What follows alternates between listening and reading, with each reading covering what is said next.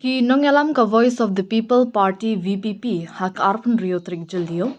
Ki lalit penyakindu ya umintri katanat puli puthi ka sorkar jela ubala kemen rumbui. Ban penpau ka jing ngokya ka bajur hak abaya day bat ka jing pershang jong ka sorkar jela. Ban pyntlot bat pynduh ya ka University Grants Commission UGC Pay Scale.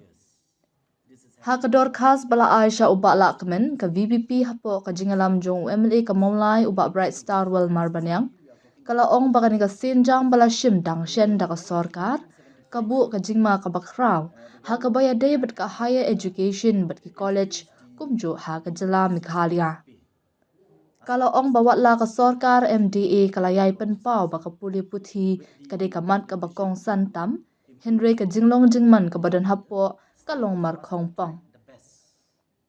Kajingaram deficit grant in aid system kalalong ka benta ka bakong san hak ban kentiu bat penyar ya ka puli puthi hak kaleng ka jela Meghalaya. Kala penla ya ka jaka puli bakin poi syaki jaka ke bakin dong tam bat kala pelilat ki hajar ngot ki samla puli ki bala day bandu ya kalat ban peteng ki jing puli hak ka higher education ong ka dorkas.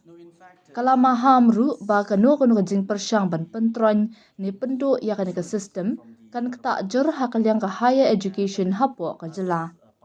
Ka VPP kala ong bakala yo iki khubor bakino hikai ki basyakri haki kam balamang da ka sorkar haki college deficit kila syak kentan banyo ya ka jingsiu ling ba ka UGC Pay Scale watla kila pendap ya baro ki kendon hak liang ki jingpuli ki badan kam balabu da ka UGC.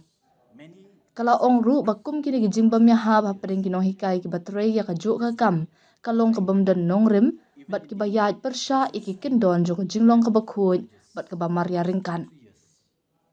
Kaseng kala kedauru baka Meghalaya kala sedang ban pentri kam ya ka UGC Pay Scale syakino hikai college na du usnam khat kendai spa anyo pesan bat kala yai beteng ya ka ni ka rukam trekam menta la jan san phosnam. Na luar kata kala penpau ru ka jing ngokya hakabaya day ber ka jing penslam ban siwi ki DNS allowance DE. Kat ba ka sorkar pedeng kala dap ban penthamai ni revise ya ka DE syaka 100%. Henry la pentip kino hikai badai hok ha Meghalaya kimpat syam la yo wat ya ka dor bala dap penthamai ka balong sanpo prapasen penrap ka shiti.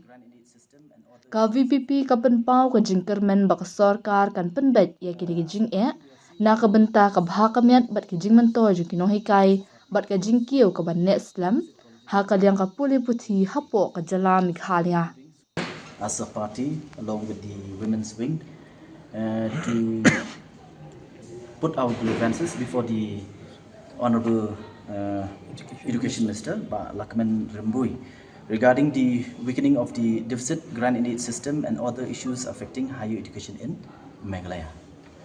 As a party, we have seen that in the past 2 to 3 years, this is happening across all deficit colleges in the state, including schools. And specifically, we are talking about deficit colleges, where right from 1975, the government of Meghalaya have introduced the UGC scale of pay as far as teachers in higher education in the college is concerned, with the vision to improve the quality of education in the state so as to attract the best in education sector. But then of late, in the past 2-3 years, we have seen that the government are trying to dilute. They are trying to do away with the UGC scale of pay, which we feel as a party we are concerned this would not attract the best in the teaching profession. So in fact, to be very honest, we haven't got the assurance from the Honorable Minister, but then as a party we have aired our grievances, our concern to the Honorable Minister with regards to this issue. And another point that I would like to highlight is, which we have pointed out before the Honorable Minister also, is with regards to the appointment of the vacant posts. Many sanctioned posts in the past 2-3 years, it is there, lying vacant, even in the deficit school and colleges. For the past 2-3 years, the government have been sitting and they have not approved. Though from different schools and colleges, they have asked for the approval from the government, but the government have not given any green signal for the last 2 years. So you can understand, when there is no teachers in the school and the colleges, obviously it will affect the students and the quality of education in the state. Though the government have not come out in the open to say that we are going to do this, but internally and quietly, the government is doing away with the UGC sanction force.